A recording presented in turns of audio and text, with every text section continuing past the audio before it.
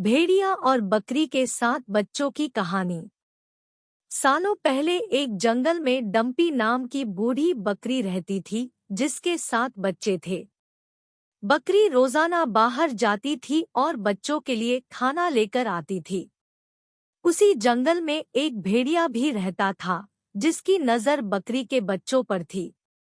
बकरी को भी इसके बारे में पता था, इसलिए वो अपने बच्चों को जंगली जानवरों से बचाने के तरीके बताती रहती थी।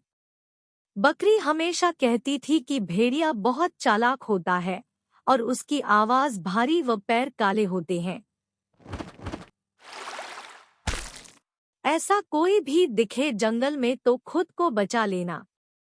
एक दिन बकरी को खाना लेने के लिए दूर जाना था। उसने अपने सारे बच्चों को बुलाकर समझाया और कहा कि जब तक वो वापस नहीं आती तब तक घर का दरवाजा मत खोलना। सभी बच्चों ने कहा कि वो अपना ख्याल रखेंगे और माँ को खुशी खुशी विदा कर दिया। बकरी के जाने के कुछ देर बाद ही भेड़िया वहां पहुंचा और दरवाजा खटखटाने लगा। बकरी के बच्चों ने एक साथ पूछा कि कौन है।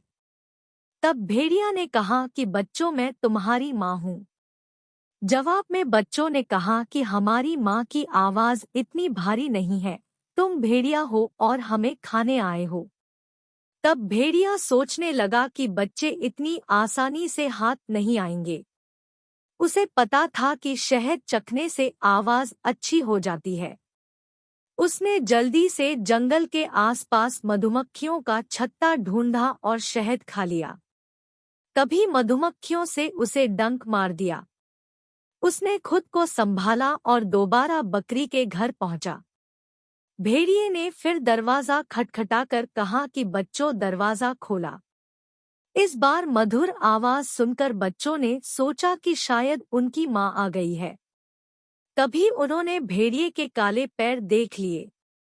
सभी बच्चों ने चिल्लाते हुए कहा कि तुम हमारी माँ नहीं हो सकती। हमारी माँ के पैर गोरे हैं, लेकिन तुम्हारे काले। तुम भेड़िया हो।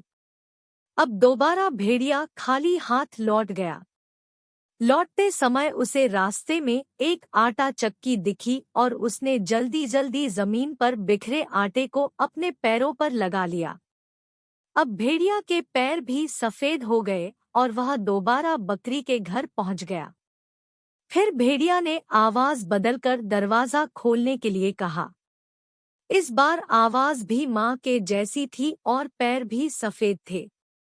ये सब कर देखकर सब दरवाजा खोलने के लिए आगे बढ़े। तभी बकरी का सबसे छोटा बच्चा बोला, यह माँ नहीं है, लेकिन किसी ने उसकी बात नहीं सुनी और दरवाजा खोल दिया।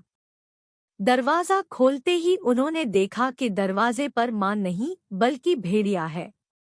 सभी उससे बचने के लिए यहाँ वहाँ भागने लगे, लेकिन भेड़िया ने एक एक करके 6 बच्चों को पकड़कर थैले में भर लिया। जल्दबाजी में भेड़िया भूल गया कि बकरी के 7 बच्चे थे। अब बकरी के बच्चों से भरा थैला लेकर भेड़िया अपनी गुफा की ओर जाने लगा। कुछ देर बाद बूढ़ी बकरी डंपी अपने घर पहुंची और वहां पर सब कुछ बिखरा देखकर डर गई। तभी उसका घर में छुपा हुआ एक बच्चा निकला और पूरी बात बता दी। सारी बात सुनकर बकरी को गुस्सा आया और वो भेड़िया को सबक सिखाने के लिए उसकी गुफा की ओर चल पड़ी। उधर बच्चों को उठाकर ले जा रहा भेड़िया चलते चलते थक कर रास्ते में एक पेड़ के नीचे आराम करने के लिए बैठ गया। बैठे बैठे उसे नींद आ गई। तभी बूढ़ी बकरी डंपी भी वहां पहुंच गई। उसने भेड़िए को सोते हुए देखा और चुपके से अपने बच्चों से भरा थैला खोलकर सभी को बाहर निकाल लिया।